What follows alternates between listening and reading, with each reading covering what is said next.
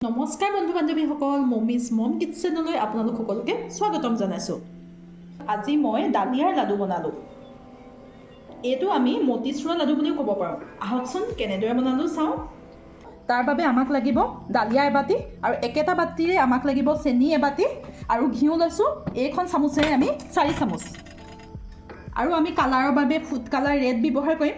আপোনালোকে গুড়ি যদি ৰেড কালাৰ পায় তেতিয়া বেছি ভাল হ'ব।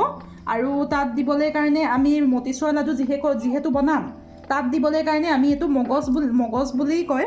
মগজ 1 চামুচ লৈছোঁ, কেশৰ 2ডালমান আৰু ফ্লেভাৰৰ কাৰণে ইলাচি 2টামান আমি লৈছোঁ।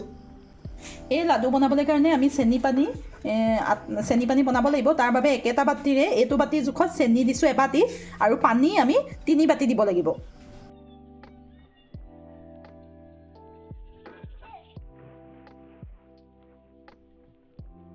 আমি চেনি পানীখিনিত কেশৰ 2ডালমান দিম। আমি কালাৰৰ বাবে ফুড কালাৰ 4 টোপাল আমি দিছোঁ।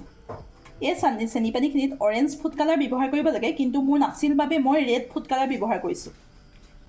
আৰু ফ্লেভাৰৰ বাবে আমি ইয়াত ইলাচি অলপ দি দিম আৰু এইখিনি আঠা হোৱালৈকে আমি উতলিবলৈ দিম। এতিয়া আমি এখন পেন পাতি তাত আমি ঘিউ 4 চামুচ দি দিম। ঘিউ গৰম হোৱাত আমি ডালিয়াখিনি বাকি ভালদৰে ভাজি থাকিম।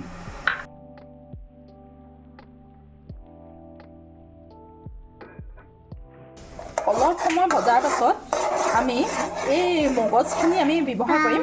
মগজখিনি আৰু কি নামেৰে জনা যায় জনাবচোন। মই অকল মগজ বুলিহে জানো। এতিয়া আমি ৰঙচুৱা হোৱালৈকে ভাজি থাকিম। এয়া দেখিছেনে ৰঙচুৱা হৈছে। এতিয়া আমি এই ডালিয়াখিনি আমি চেনি পানীখিনিত দি দিম।